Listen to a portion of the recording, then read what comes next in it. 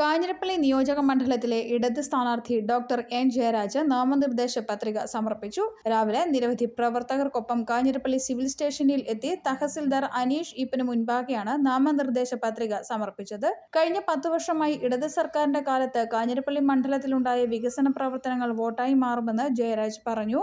ജനകീയ പ്രശ്നങ്ങളിലെ ഇടപെടലുകൾ ശ്രദ്ധിക്കപ്പെടുമെന്നും മണ്ഡലത്തിലെ വികസനവും വർഷങ്ങളായുള്ള ആത്മബന്ധവും വിജയപ്രതീക്ഷ നൽകുന്നുണ്ടെന്നും ഡോക്ടർ എൻ ജയരാജ് കൂട്ടിച്ചേർത്തു.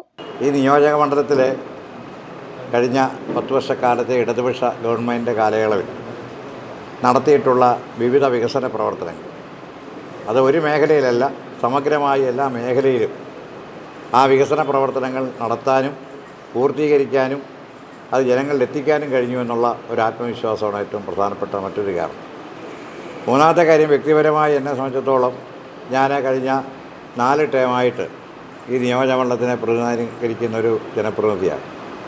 അപ്പോൾ സ്വാഭാവികമായിട്ട് ഇത്രയും കാലത്തെ ദീർഘമായ ഒരുപാട് വ്യക്തിപരമായ ബന്ധങ്ങൾ ഈ മണ്ഡലവുമായിട്ട് കാത്തുസൂക്ഷിക്കാൻ കഴിഞ്ഞിട്ടുണ്ട്.